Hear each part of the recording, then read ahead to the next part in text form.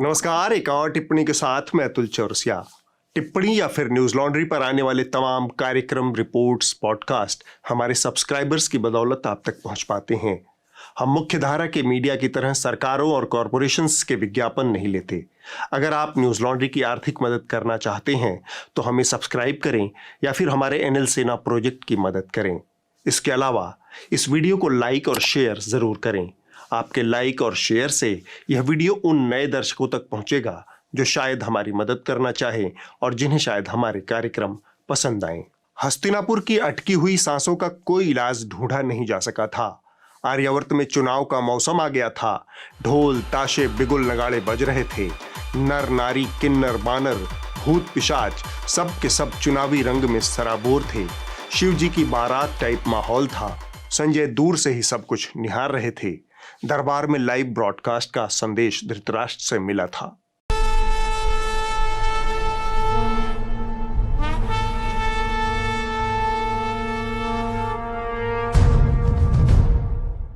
धृतराष्ट्र की तबीयत नासाज थी। वैद्यराज ने लगातार भाप लेने को बोला था ताकि गला और नाक दोनों साफ रहे। हवा साफ होने की कोई उम्मीद नहीं थी। धृतराष्ट्र ने संक्षिप्त सा सवाल किया, संजय, ये हवा में धुआं धुआं सा क्यों है? लगातार स्मॉग युक्त हवा में सांस लेने के कारण धृतराष्ट्र का गला ऊपर उठकर पंचम सुर में पहुंच गया था। दरबारी दबी जुबान में बतियाते थे। धृतराष्ट्र का गला भारी होकर अमिताभ बच्चन हो गया है। संजय ने चैतन्य होकर कहा, महाराज, अब तो आदत सी है ऐसे जीने में। सबने हथियार डाल दिया है। CJI asked, and I quote, "Do you think we should ban everything to solve this problem? Should we stop everything?"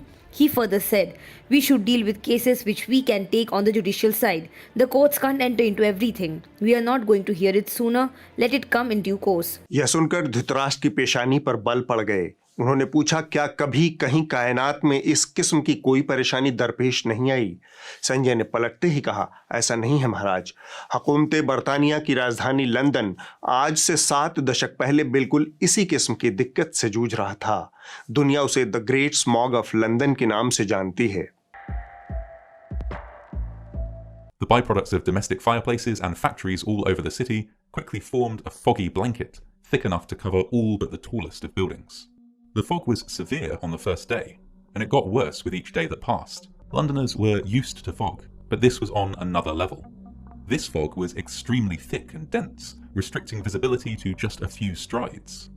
In some places it had a yellowish or greenish hue, and many reported that it stank of rotten eggs, something which led people to don masks or other face coverings whenever they had to venture outside. Despite the noxious appearance of the fog, few people were worried about air quality. Visibility was a much more pressing issue. Sanjay जारी रहे, महाराज, कहा जाता है कि उस दौर में लगभग 12,000 लंदन वासियों की मौत सांस की दिक्कत और प्रदूषण के कारण हो गई थी। यह साल 1952 की बात है। उसके बाद हुकूमत के ऊपर जनता ने दबाव बढ़ा दिया। मजबूर होकर साल 1956 में हुकूमत बरतानिया ने क्लीन एयर एक्ट पास किया। Hundreds of those who endured it noted that the experience changed their attitude towards the environment. It certainly moved air quality up the political agenda, and in 1956 the Clean Air Act was introduced. This legislation made mandatory the use of smokeless fuels in built-up areas, and also limited the amount of air pollution factories were allowed to disperse into the atmosphere. While the Act itself has been updated and replaced several times over the years, many of its principles have remained in place to this day. As a consequence, the air quality in London has significantly improved. इस मौके पर धृतराष्ट्र ने टोका, तो फिर दिक्कत क्या है?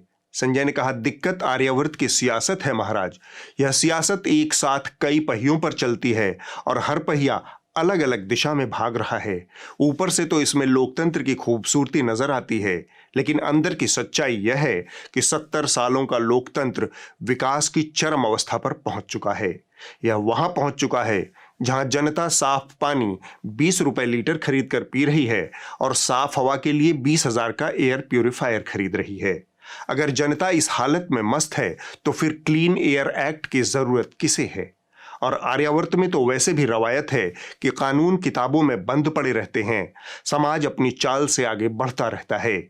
दिल्ली में पटाखे बैन हैं, लेकिन जनता अड़िया अड़िया कर दिवाली पर पटाखे छोड़ती है।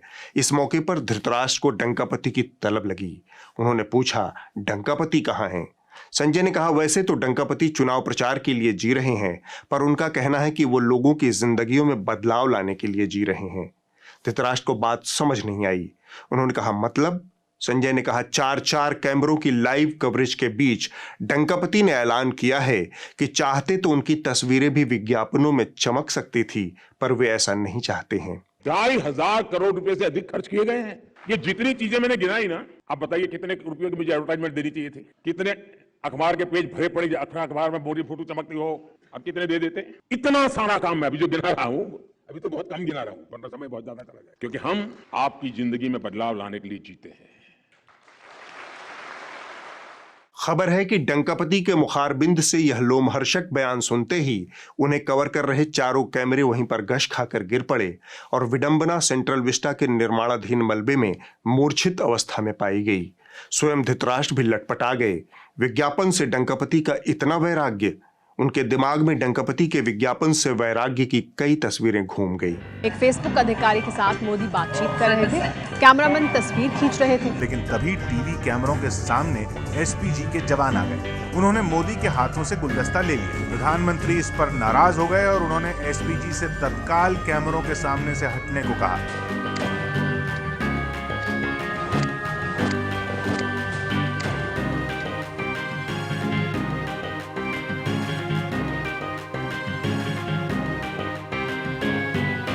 वैराग्य शब्द को संजय ने पकड़ लिया। उन्होंने कहा, चुनाव प्रचार के लिए गली गली घूम रहे डंकापति का प्रचार और विज्ञापन से वैराग्य कदम कदम पर दिख रहा है।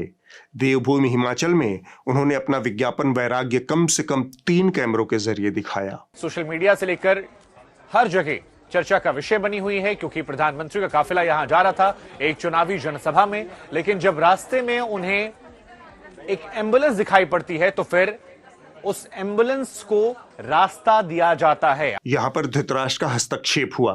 इसमें नई बात क्या है? संजय ने कहा, नई बात बस एक है महाराज। डंकापति के राज में उनके सूबों के साथी लंबरदार सड़क पर पैदल हैं और कैमरामैन गाड़ी के अंदर है।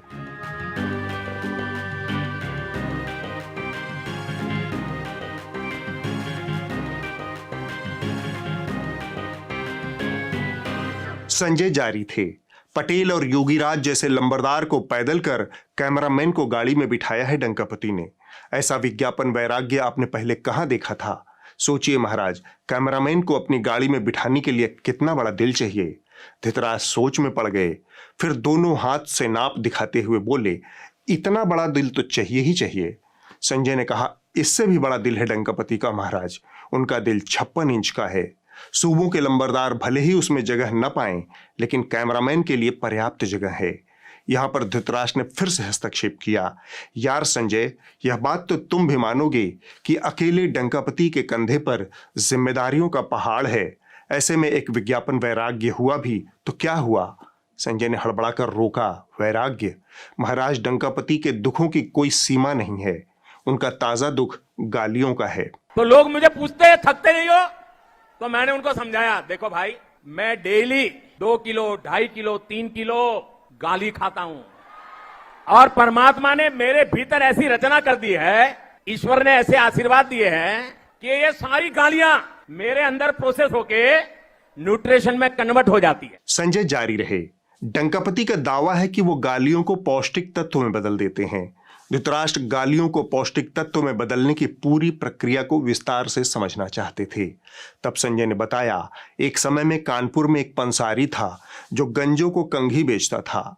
उसके बाद गंजा कंघी की निरर्थकता पर विवाद करता था। तब पंसारी उसे बाल उगाने वाला तेल बेचता था। कंघी पहले, तेल बाद में, और सबसे अंत में बाल। धृतराष्ट्र इस उलटबांसी पर एकदम चकरा गए। यह क्या है? संजय ने माजरा भांप कर कंघे और तेल वाले प्रकरण को नए सिरे से समझाया। दरअसल डंकापति ने सबसे पहले गालियां देने वाली एक अक्षौहिणी सेना का निर्माण किया।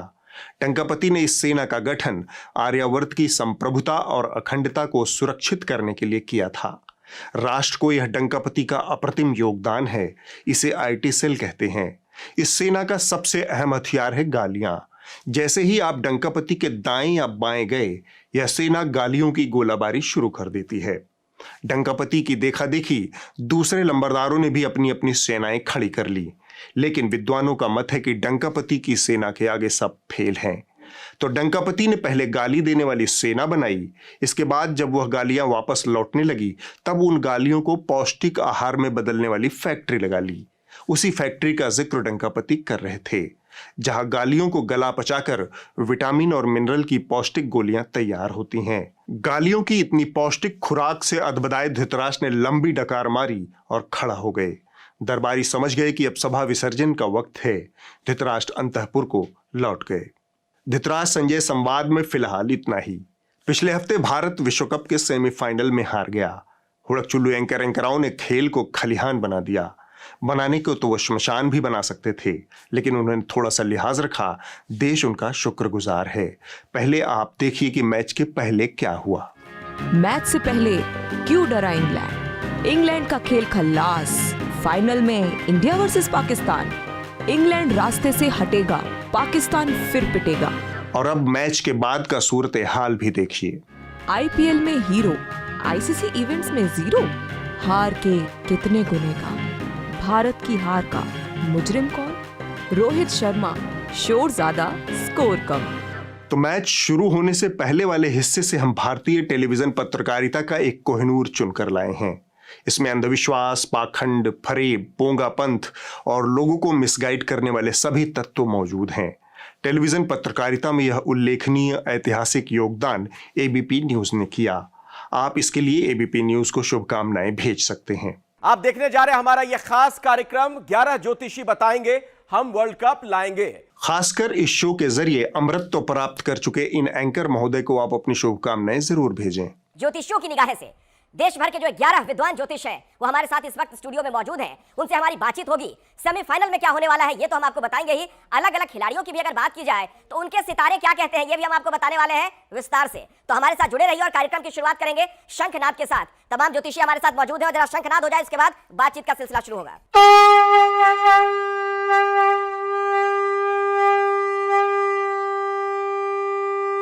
ज्योतिष शास्त्र के बारे में अज्ञानियों की राय है कि यह सामान्य वर्ग, आप इसे तथाकथित मेरिटधारी वर्ग भी कह सकते हैं।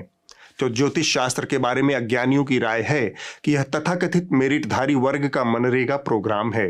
जो पढ़ लिख नहीं पाते, नौकरी आदि में नहीं जा पाते, वो ज्योतिष का धंधा पकड़ लेते हैं। लेकिन अगर आप किसी ज्ञानी से पूछ बैठे तो वह आपको बताएगा कि ज्योतिष विद्या असल में विज्ञान है। यह मोटी मोटा दो मत हैं। मैं मनरेगा वाले मत से सहमत हूं, पर आगे बढ़ने से पहले आप भविष्य का कॉलर घसीटकर वर्तमान में ला खड़ा करने वाले इन ज्योतिष शास्त्रियों की मैच के बारे में राय देख लीजिए। बट फाइनली भारत के पक्ष में ये मैच जाएगा। बहुत प्रखर स्थित कांटे के टक्कर है, लेकिन विजय के योग बन रहे हैं 100% दावे के साथ कह सकते हैं कि हमारा भारत का विजय प्राप्त होगा। ये भी 100% वाला मामला आपका भी है। चलिए, कल की विजय भारत की निश्चित है। बुजुर्गों ने कहा है, अपनी इज्जत अपने हाथ। ऐसा कुछ भी मत बोलो या करो जिसमें घंटे भर बाद थुक्का फजीहत हो जाए।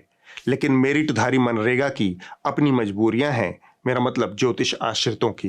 लोगों का भविष्य बताता हूँ। अरे तेरे को खुद के भविष्य का पता नहीं तो तू दूसरे का भविष्य क्या बताएगा? कौन कहता है कि मुझे अपने भविष्य के बारे में पता नहीं है? पता है तो बता। अगले 2 मिनट में तेरे साथ क्या होने वाला है? क्या होने वाला है? ऐसे घर बुलाकर कोई करता है क्या? पुराने साहब आप तो कुछ करिए ना। देखिए बस 10 नहीं बोलो। कुछ इस तरह से ये लोग दुनिया को उसका भविष्य उसके वर्तमान में बेचते हैं और अपना इहलोक और परलोक दोनों सुरक्षित करते हैं। क्या ज्योतिष विज्ञान है? इस सवाल से पहले सवाल आता है कि विज्ञान क्या है? विज्ञान वह व्यवस्थित ज्ञान या विद्या है जो विचार, अवलोकन, अध्ययन और प्रयोग से हासिल होता है। यानी यह एक प्रोसेस है। इसकी एक तय प्रक्रिया है और उस तय प्रक्रिया से गुजरने पर हर बार एक ही नतीजा आता है, ऑब्जर्वेशन, फिर डिस्क्रिप्शन, इसके बाद आता है कॉज एंड इफेक्ट और फिर होता है एक्सपेरिमेंट। इस तरह से अंत में आता है निष्कर्ष। यह एक लंबी और जटिल प्रक्रिया है। मैंने बहुत संक्षेप में बता दिया। अगर कोई चीज विज्ञान सम्मत है तो उसका अंतिम रिजल्ट सबके लिए समान ही होगा और उसके बीच की प्रोसेस या प्रक्रियाएं भी समान ही होंगी। अब आप विज्ञान की इस प्रक्रिया से महानुभावों के इस विज्ञान की तुलना कीजिए। मेष राशि उसके जन्म की बनती है रोहित की। आपने 29 के हिसाब से बनाया है, तभी आप सूर्य चंद्र को एक साथ जोड़ रहे हैं। चंद्रमा उच्च का है इनका। देखिए 30 तारीख को हाँ, वृषभ राशि है, तो सूर्य चंद्र साथ नहीं है। जन्म में भी और वर्तमान में सूर्य चंद्र साथ नहीं है ना, वो गोचर में भी उच्च का है। आप अपने बात को वापस लीजिए। मैं अपने बात को 1975 में कमाल आपके जन्म के वैसे जबरदस्ती कूदने की आवश्यकता नहीं है। देखिए जहाँ की देखिए लड़ाई करना अलग विषय है, राजनीति करना अलग विषय है, क्रिकेट खेलना अलग विषय है, ध्यान रखिए। इस अवैज्ञानिक कुकुरझांझों से हमें क्या सीख मिलती है? यही कि खबरिया चैनलों के कार्यक्रम और इसके एंकराएं घामड़ हैं। ये अंधविश्वास और पाखंड फैलाने में लगे हैं। ऐसी चीज जिसका सत्य से कोई लेना देना नहीं, उसे भ्रामक तरीके से मान्यता दिलाने में लगे हुए हैं।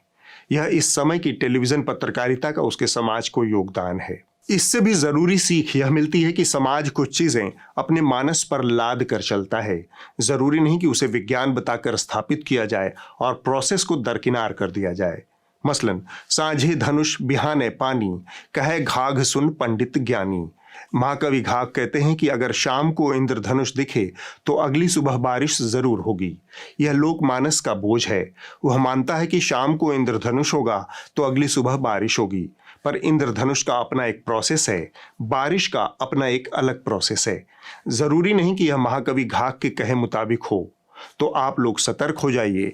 आपकी कुंडली में शनि, राहु, सूर्य, चंद्र लगन बनकर घुसपैठ की कोशिश में लगे मेरिटधारी मनरेगा वालों से दूरी बनाइए। सूचना और प्रसारण मंत्रालय ने 11 साल बाद टीवी चैनलों के लिए नई गाइडलाइन जारी की है। केंद्रीय कैबिनेट ने इसे मंजूरी दे दी है। नई गाइडलाइन में हर ब्रॉडकास्टर या चैनल को रोज राष्ट्रीय महत्व या हित और जनसेवा से जुड़े मुद्दों पर आधे घंटे का कंटेंट देना अनिवार्य होगा। इसके लिए मंत्रालय की ओर से 8 थीम का विकल्प भी दिया गया है। साथ ही चैनलों को अपनी प्रोग्रामिंग तय करने के लिए समय भी दिया गया है। पत्रकारों के लिए यह बड़ी पसोपेश की स्थिति है। मनोरंजन या अन्य चैनलों के लिए तो यह बात ठीक है, पर क्या खबरिया चैनलों पर यह बात लागू होती है? जिस राष्ट्रीय महत्व, राष्ट्रहित या जनहित की बात सरकार कह रही है, वह तय कैसे होगा? पत्रकारिता में जो चीजें दिखाई जाती हैं वह बाय डिफॉल्ट जनहित या फिर राष्ट्रहित में ही होती हैं। मैं दरबारी या फिर घोघा बसंत मीडिया की बात नहीं कर रहा। पत्रकारिता का पहला उसूल है कि आप जो दिखा रहे हैं उसका पब्लिक इंटरेस्ट, जनहित क्या है, यही आधार होता है खबरों के चयन का। तो फिर आधे घंटे अलग से सरकार किस राष्ट्रीय हित या जनहित की बात करवाना चाहती है? क्या वह चाहती है कि सिर्फ अच्छी अच्छी बातें कही जाएं? अच्छी बातें कुछ लोगों को तो अच्छी लग सकती हैं, लेकिन वह पब्लिक इंटरेस्ट हो, जनहित हो, यह जरूरी नहीं। अब हम आगे बढ़ते हैं। एक व्यक्ति हैं विकास दिव्य कीर्ति, पेशे से शिक्षक हैं। बीते हफ्ते हल्ला बोल बहिष्कार ब्रिगेड ने उनके खिलाफ बहिष्कार, बैन और गिरफ्तारी का मोर्चा खोल दिया। उनका अपराध यह था कि हे सीते, अगर तुम्हें लगता है कि युद्ध मैंने तुम्हारे लड़ा है तो तुम्हारी गलतफहमी है। युद्ध तुम्हारे लिए नहीं लड़ा है, युद्ध अपने कुल के सम्मान के लिए लड़ा है। और रही तुम्हारी बात, जैसे कुत्ते द्वारा चाटे जाने के बाद घी भोजन योग्य नहीं रहता है, वैसे तुम अब मेरे योग्य नहीं हो। विकास जी ने अपनी कही गई बात का तथ्यात्मक संदर्भ और स्पष्टीकरण भी दिया। ये गीता प्रेस गोरखपुर की महाभारत द्वितीय खंड है। मिथिलेश नंदिनी, तुम्हारा आचार विचार शुद्ध रह गया हो अथवा अशुद्ध, अब मैं तुम्हें अपने उपयोग में नहीं ला सकता। ठीक उसी तरह जैसे वही बात की जो कुत्ते के चाटे हुए भविष्य को कोई भी ग्रहण नहीं करता। यही बात पुरुषोत्तम जी ने अपने लेख में लिखी थी, इसको कोट करते हुए। विकास जी के इस बयान के बहाने खबरिया चैनलों पर नफरत की जो महफिलें सजी, मैं उसकी बात कर रहा हूं। विकास दिव्य कीर्ति हिंदू हैं। उन्होंने हिंदी देवी देवताओं के बारे में कुछ कहा, फिर उसका तथ्यात्मक स्पष्टीकरण भी दिया। इसमें मुसलमानों की कोई भूमिका नहीं थी। यह बात राजेंद्र पाल गौतम, उनके ऊपर भी लागू होती है। लेकिन अपना छोटा पैक छोटा धमाका, इसकी कब्जियत बिना हिंदू मुसलमान के दूर नहीं होती। 5 मिनट पहले इसके सामने यह सब हुआ और ये शांति से सुनता रहा। जब हिंदुओं की बात आती है तो वो कहते हैं कि भगवान श्री राम ने कहा सीता को कि आप एक घी की तरह हैं जिसको कुत्ते ने चाट लिया हो, अब मेरे आप किसी योग्य नहीं है। वो मां सीता के लिए कहा गया। और अब सुनिए दूसरी तरफ, पैगंबर मोहम्मद इस देश में, इस दुनिया में महिलाओं के लिए मशाल की तरह है। इनकी हिम्मत नहीं है कि ये एक शब्द किसी और धर्म के बारे में बोल दें, इनका गला काट कर फेंक दिया जाएगा। वो जो विश्वास विकास आप बात कर रहे हैं ना, वो अपने आप को एथीस्ट कहते हैं। वो कहते हैं मैं किसी धर्म को नहीं मानता। आप किसी धर्म को नहीं मानते हो, आपका सम्मान है, लेकिन आपको किसी भी धर्म का अपमान करने का लाइसेंस नहीं। और 5 मिनट बाद अमीश देवगन ने ये आसमानी दावा कर दिया। मुसलमान की तो कोई चर्चा ही नहीं है भाई, सुनिए, मुसलमान की तो कोई चर्चा ही नहीं है। मुसलमान को तो आप लेके आए, चर्चा है, चर्चा तो इसकी थी कि हिंदू को गाली दी जा रही थी, चर्चा तो इसकी थी कि हिंदू को कहा जा रहा था कि आपके शब्द का अर्थ गंदा है, चर्चा तो इसकी थी माता सीता के बारे में जो कहा गया। मुसलमान की तो कोई चर्चा नहीं, ये इक्वेट करना भी हिंदू धर्म का अपमान होता है। अगर तुम्हारी नीयत हिंदू मुसलमान की नहीं थी तो तुमने उस हिंदूवादी नेता को तब क्यों नहीं रोका जब वो जबरन पैगंबर मोहम्मद को इसमें घसीट लाया? अगर तुम्हारी नीयत इतनी ही साफ थी तो इस शो में ये दो मौलाना क्यों बुला रखे थे? जहर इनकी बॉटम लाइन है, इसके बिना इनका खाना हजम नहीं होता। ये अमीश देवगन हो या फिर आज के दौर के अधिकतर एंकराएं। अब वक्त है इस हफ्ते की रिपोर्ट का। जो कही जा रही थी बातें कि अंदर में भी सोशल डिस्टेंसिंग का ख्याल रखा जाएगा। ट्रेनें तो खुल दी हैं, लेकिन कैसे? इस हफ्ते की रिपोर्ट द क्विंट हिंदी से है। यह एक अनोखे सत्याग्रह की कहानी है। मध्य प्रदेश के गुना जिले के शारीरिक रूप से अक्षम तमाम लोग स्वाभिमान यात्रा निकाल रहे हैं। राघवगढ़ से गुना जिला मुख्यालय तक यह यात्रा ये विकलांग लोग 10 दिनों में पूरी करेंगे। इनकी प्रमुख मांग है कि इनका विकलांगता भत्ता 600 रुपए से बढ़ाया जाए। इस यात्रा में मध्य प्रदेश के 20 जिलों के विकलांग शामिल हैं। हमारी तो ये पहली और अंतिम यात्रा रहेगी, क्योंकि वैसे भी हम कीड़े मकोड़े की तरह जी रहे हैं। पेंशन दी जाती है दिव्यांग को 600 रुपए। स्थिति ये है कि दिव्यांग 600 रुपए की पेंशन लेने के लिए 400 रुपए की टैक्सी करके बैंक तक जाता है, तब उसे 600 रुपए की पेंशन मिलती है।